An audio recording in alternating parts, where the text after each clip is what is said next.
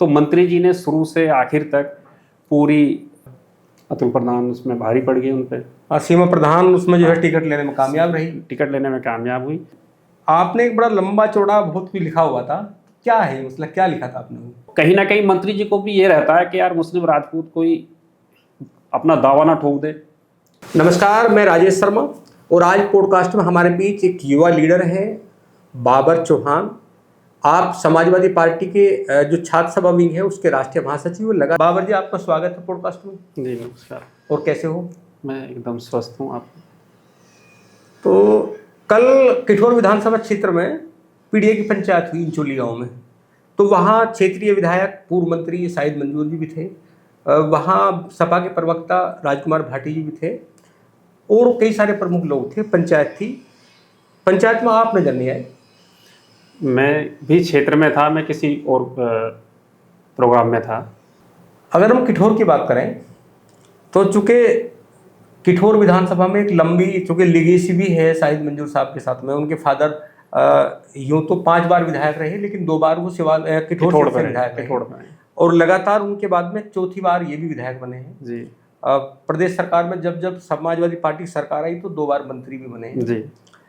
तो अब क्या लग रहा है, हम देख रहे हैं जो उनके बेटे हैं नवाजिश, वो लगातार हर प्रोग्राम में सक्रिय रहते हैं। तो क्या जिस तरह की लेगेसी थी, मंजूर अहमद साहब थे, आप चूँकि वो विधायक रहे, उनके बेटे हैं शाहिद मंजूर साहब, तो क्या जो जो जो पॉलिटिकल वारिस है, क्या उन्होंने मान लिया कि नवाजिश ही उनका वारिस होगा समाजवादी पार्टी से किठौर विधानसभा में? असल में है क्या, मंत्री जी को जैसे विधानसभा क्षेत्र और राजनीति विरासत में मिली है ना, तो ये जो जिस टॉपिक पर आप बात कर रहे हो ये भी विरासत में मिला है, नवाजिश को भी और मंत्री जी को भी।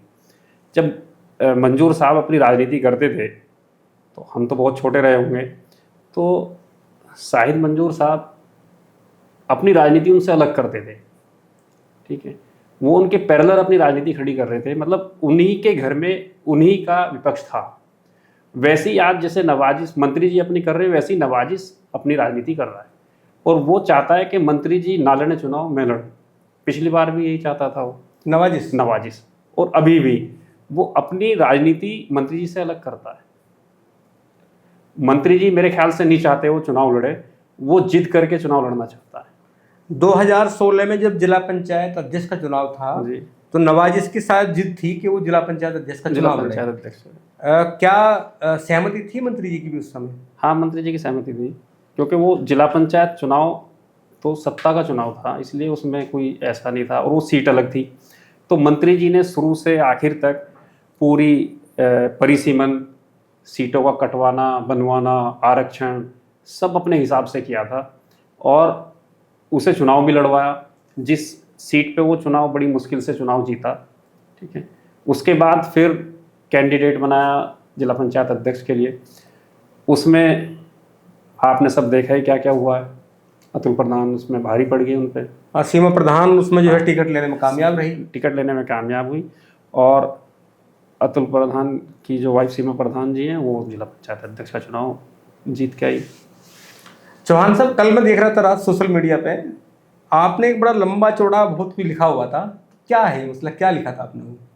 वो बड़ा चर्चा भी बनी हुई है कि छात्र सभा के राष्ट्रीय महासचिव बाबर चौहान जी के द्वारा एक पूरा सोशल मीडिया पे डाला गया, तो क्या है पूरा मसला? हो चौहान जी के द्वारा एक पूरा सोशल मीडिया पे डाला गया, तो क्या है पूरा मसला? हो मसला ये है, जब 2002 में मंत्री जी पहली बार विधायक बनी, 2003 में बीएसपी की सरकार थी, 2002 के बाद बीजेपी के गठबंधन से, तो 2004 में समाजवादी पार्टी की सरकार बनी, उसमें मंत्री जी विधायक, वो थोड़ा जोर से बोलते रहो।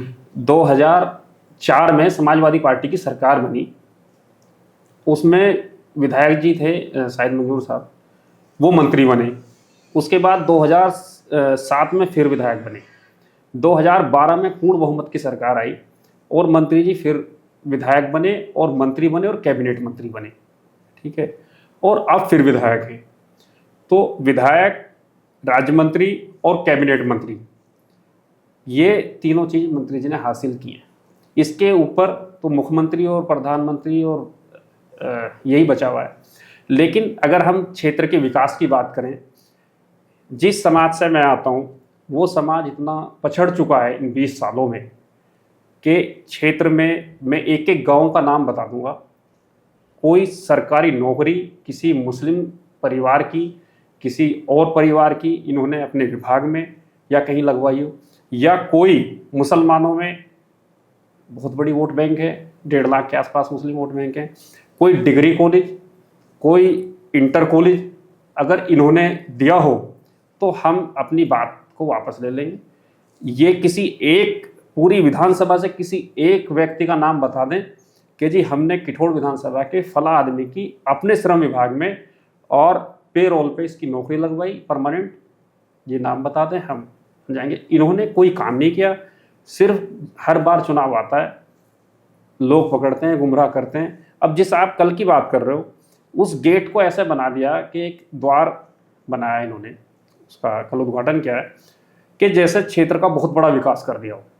ठीक है, सरकार में, समाजवादी पार्टी की सरकार में इंचोली में एक डिग्री कॉलेज आया था, वो इन्होंने इंचोली में ना बनवा करके क्षेत्र के दूसरे हिस्से में बनवाया। ठीक है, अगर वो इंचोली में बनता, इसी नाम से वो कॉलेज बनता जिस नाम से गेट बनवा रहे हो, तो क्षेत्र को, बालिकाओं को, लड़कियों को बहुत लाभ होता। ठीक है, तो काम तो कुछ किया नहीं है। ठीक है, जैसे ही चुनाव आता है गुमराह करके अपना कर देते हैं। तो हम तो क्षेत्र के विकास की बात कर रहे हैं, हमें कि मंत्री जी से हमारी कोई व्यक्तिगत तो कोई लड़ाई है नहीं। अच्छा बाबर जी, जैसे जब हम किठौर विधानसभा में दूसरी पार्टी की बात करते हैं तो जैसे हम एग्जाम्पल के तौर पर बीजेपी की बात करें तो उसमें हम करते हैं कि भाई सतवीर त्यागी हैं, वो त्यागी हैं, वहाँ गुर्जर समाज की वोट है, वहाँ ब्राह्मण समाज की वोट है, वहाँ ठाकुर समाज की वोट है, वहाँ वैश्य समाज की वोट है, वहाँ प्रजापति और बहुत सारे।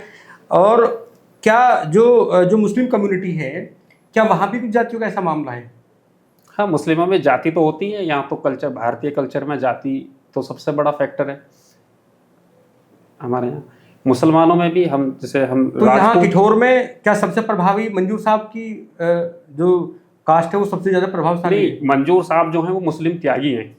ठीक है, और हम जो हैं मुस्लिम राजपूत हैं। तो ये जो 2009 का परिसीमन हुआ था, 2012, हाँ, 9 में जो पहला लोकसभा चुनाव हुआ और 12 में विधानसभा का पहला चुनाव हुआ, तो उसमें मेरठ हापुड़ लोकसभा बनी और इसमें किला परीक्षितगढ़ ब्लॉक जो था वो पहले किठौर विधानसभा का हिस्सा था, तो वो निकल के हसनापुर में चला गया।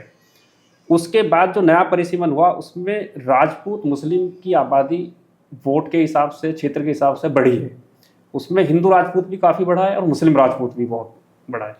तो कहीं ना कहीं मंत्री जी को भी ये रहता है कि यार मुस्लिम राजपूत कोई अपना दावा ना ठोक दे, वो इस बात से बहुत डरते हैं। वो हमसे मुस्लिम नहीं डरते। राजपूत की लगभग कितनी वोट होंगी किठौर विधानसभा में? 50-60 हज़ार के आसपास वोट है, 60 हज़ार के। बड़े गांव सारे, आप खरदोनी से शुरू होगे बड्ढा मुडाली तक। कुछ गांव के नाम बताओ जो बड़े गांव हैं। भाई खरदोनी, औरंगाबाद, ज्ञानपुर, पचपेड़ा, जई, नंगला, बड्डा, मुडाली बड़े गांव हैं। ये सब मुस्लिम राजपूतों के गाँव हैं, और भी बहुत गाँव हैं। ठीक है, तो ये मैंने बड़े गाँव बताए। इन्हीं गाँवों में जिनका मैंने नाम लिया है 50 हज़ार से ज़्यादा वोट इन्हीं गाँवों में है। और जो अदर कास्ट हैं वो भी मुस्लिम राजपूतों को थोड़ा सा ना पॉजिटिव लेती हैं। किसान बिरादरी है, किसान बिरादरी के साथ आपको पता है दूसरे परिवार भी जुड़ कर चलते हैं गाँवों में। तो कहीं ना कहीं ये भी उन्हें एक डर सताता है कि कभी मुस्लिम राजपूत अपनी दावेदारी यहाँ ना कर दें, तो इसलिए भी वो कभी भी मुस्लिम राजपूतों में राजनीति को डेवलप होने देना नहीं चाहते। कोई एक दो एग्जाम्पल बताओ ऐसे जब किसको रोक दिया हो। बहुत एग्जाम्पल हैं, मैं खुद एग्जाम्पल सामने बैठा हूँ। आपका तो गांव भी किठौर विधानसभा में? मेरा किठौर विधानसभा में गाँव। क्या आपने कभी दावा किया कि किठौर विधानसभा से इस बार मैं चुनाव? हाँ, मैंने 2022 में मैंने किठौर से राष्ट्रीय अध्यक्ष से अपनी दावेदारी की, पेश की, वहीं से टिकट मिला था। उसके पहले भी मैंने दावेदारी की है किठौर विधानसभा में।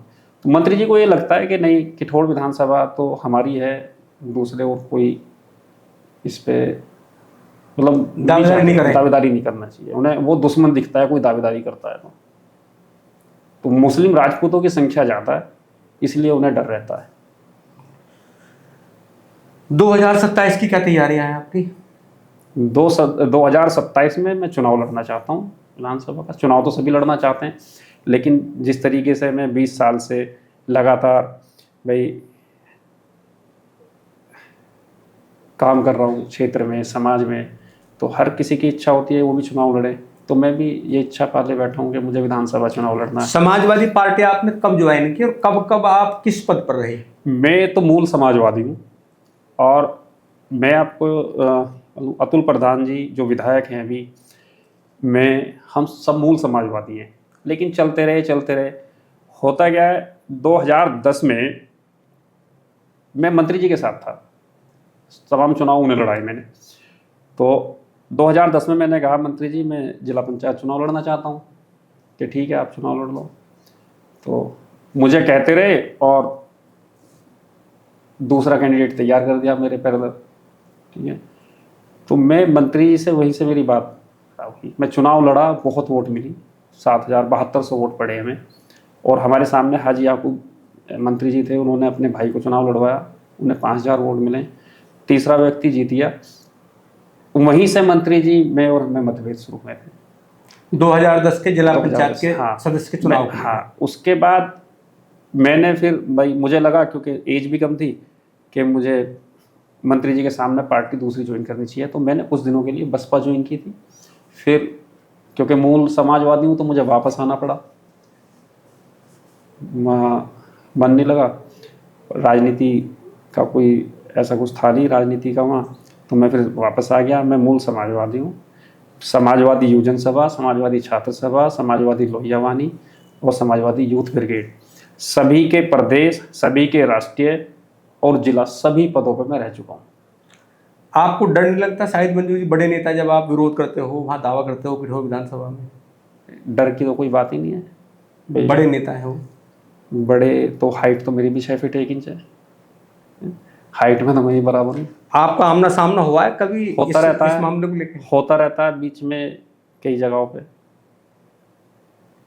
कोई ऐसी बात हुई हो, इन्होंने शिकायत की हो राष्ट्रीय अध्यक्ष अखिलेश यादव जी से आपकी? राष्ट्रीय अध्यक्ष जी के यहाँ एक बार सामना हुआ था, जो हमारा लोकसभा चुनाव की समीक्षा हुई थी, उसका जो वर्मा जी चुनाव लड़े थे, तो राष्ट्रीय अध्यक्ष जी ने हमसे भी कहा था आप बताना जो भी सच बात हो, मेरठ की हम चुनाव क्यों हारे। तो वहीं मंत्री जी भी बैठे थे, वहीं विधायक जी अतुल प्रधान और सब लोग बैठे हुए थे। तो हमने सबके सामने कहा ना जी चुनाव हम इन लोगों की वजह से हारे हैं, हम चुनाव नहीं हारते। कौन सा चुनाव? 2024 लोकसभा, वो चुनाव जो हारे इनकी वजह से कैसे हारे? इनकी पूरी ईमानदारी के साथ इन लोगों ने चुनाव नहीं लड़ाया, और इन्हें लगता था कि समाजवादी पार्टी का मतलब हो तुम, दूसरा कोई ना विधायक हो ना कोई एमपी हो। सिर्फ अगर ये अच्छे से चुनाव लड़ाते तो आज सुनीता वर्मा जी हमारी मेरठ की लोकसभा की सांसद होती। तो इस समय मतलब ये बातचीत हुई है राष्ट्रीय अध्यक्ष जी के सामने? हाँ, बातचीत हुई है, सब शिकायतें हैं राष्ट्रीय अध्यक्ष जी सबने की हैं, हमने भी की हैं और लोगों ने भी की हैं। तो वर्मा जी को भी पता है इस बात का। चुनाव हम हारे नहीं है, चुनाव तो कुछ इस तरह की बातों से। अभी योगेश वर्मा जी का एक प्रोग्राम हुआ था अभी किठौर में, उनका एक प्रोग्राम था और उन्होंने एक बयान दिया कि जो आस्तीन के सांप हैं उन्होंने मुझे हराया। तो किसे कहा उन्होंने आस्तीन का सांप? और वर्मा जी से पूछना चाहिए था आपको, सांप इन्हीं में से निकलेगा कोई। पूरी पार्टी को पता है इन लोगों का काम क्या है। मैं कोई डर वर की अभी आप बात करें, डर किसी बात का है नहीं। कोई भी चुनाव हो, चाहे पार्षद का हो, मेयर का हो, लोकसभा का हो, मंत्री जी उस चुनाव को व्यक्तिगत करते हैं, पार्टी के प्रत्याशी के खिलाफ प्रचार करते हैं, चाहे वो जिला पंचायत सदस्य का हो, जिला पंचायत अध्यक्ष का हो। अभी आपने एक बात की थी कि सीमा प्रधान जी इसमें अध्यक्ष बनी थी, आप उस चुनाव को देख लो। शर्मा जी के पूर्व विधायक जी शर्मा जी के घर पे ये साजिश कर रहे थे।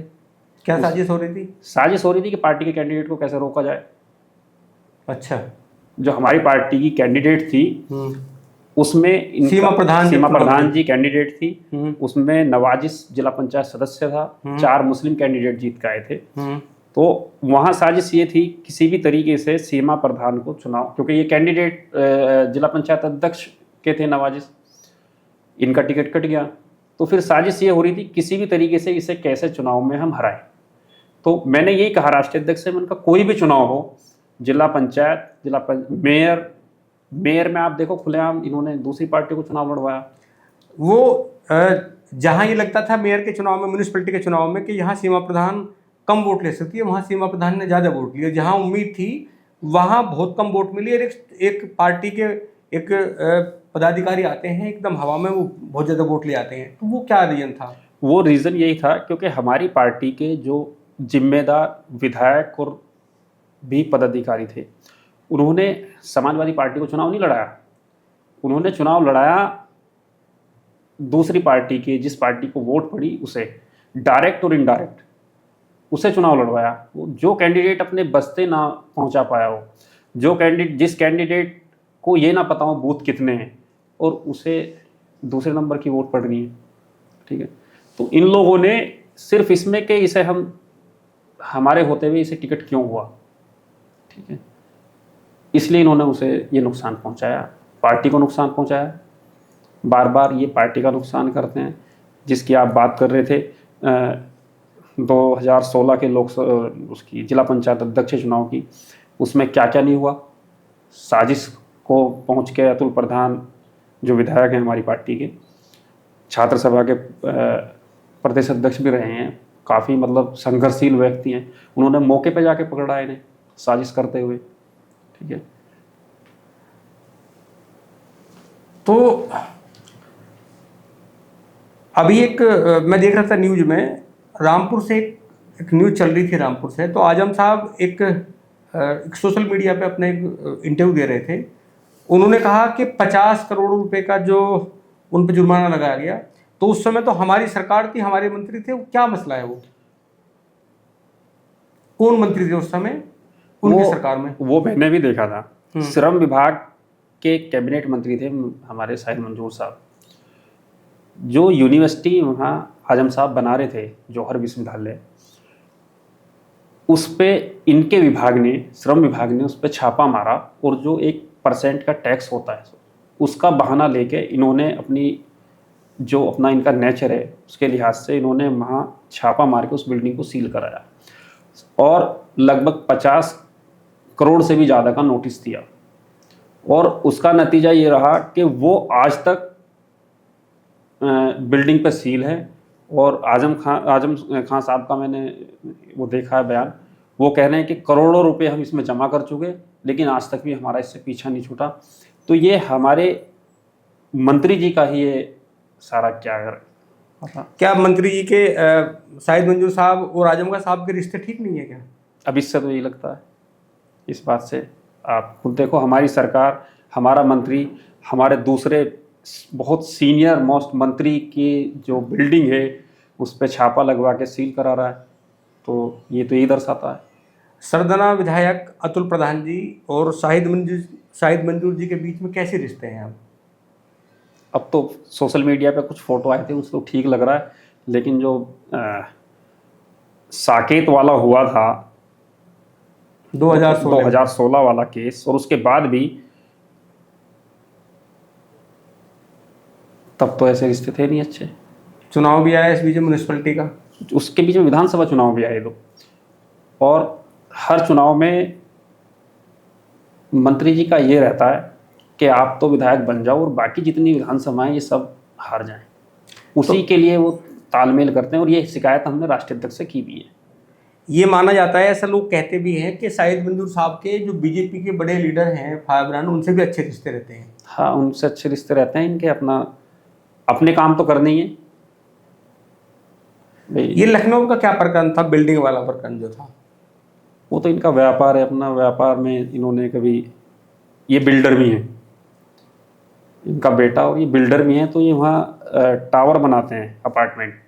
तो इन्होंने कोई 2008 में या 9 में कभी टावर बनाया था,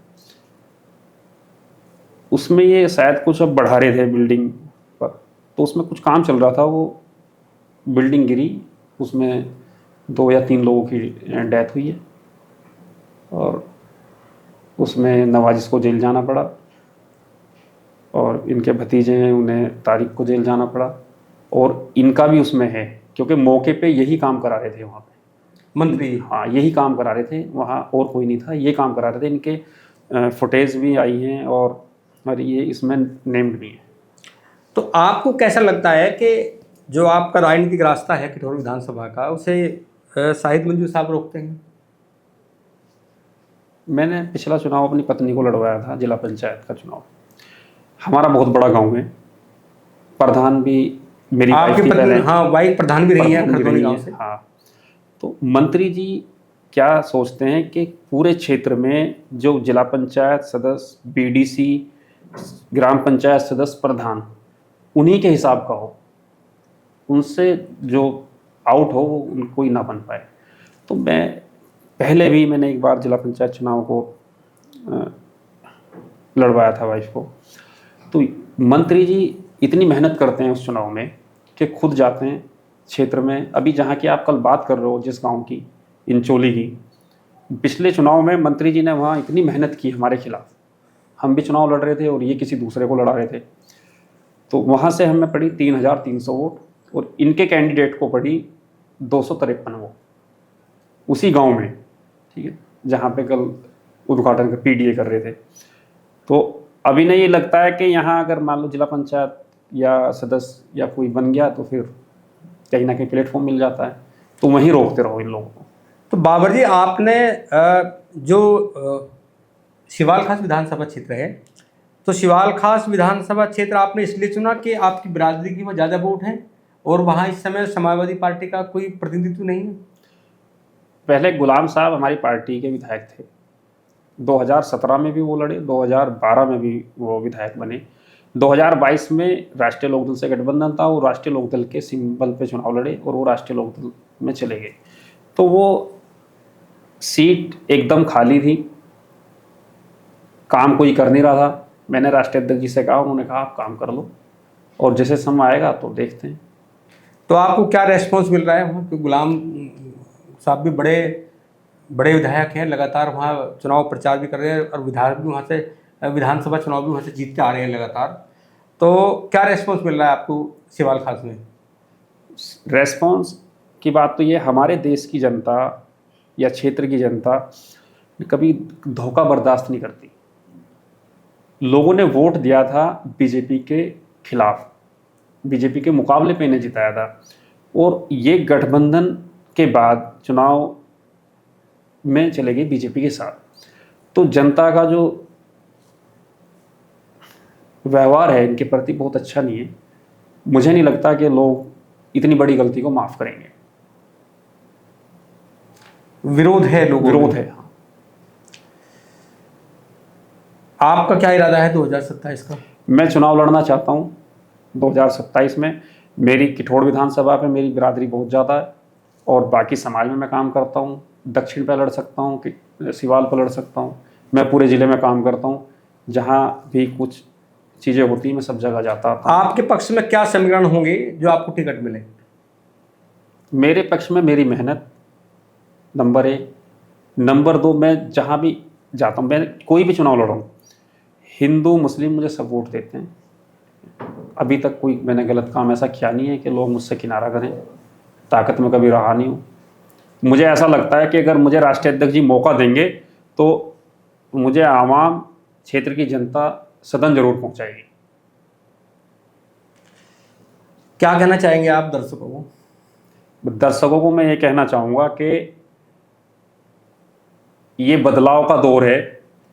विधानसभाओं में, लोकसभाओं में नए लोगों को मौका दें और नए लोगों को कम से कम एक बार तो मौका दें। बाबर साहब, आप आए, आपका बहुत बहुत धन्यवाद। आपने बहुत सारी बड़ी बहुत साफ लहजे में आपने बात रखी।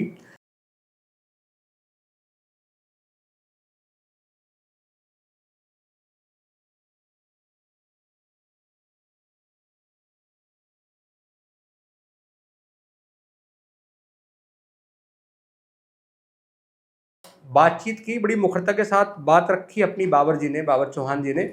आपको कैसी लगी एक बार कमेंट बॉक्स में आप लिखकर जरूर बताएं। अगर आपको अच्छा लगे कि बात अच्छी है तो आप चैनल को सब्सक्राइब करें, वीडियो को शेयर करें और लगातार हमारे साथ बने रहें। जल्द दूसरे पॉडकास्ट में अच्छे मेहमान के साथ हम हाजिर होंगे। नमस्कार।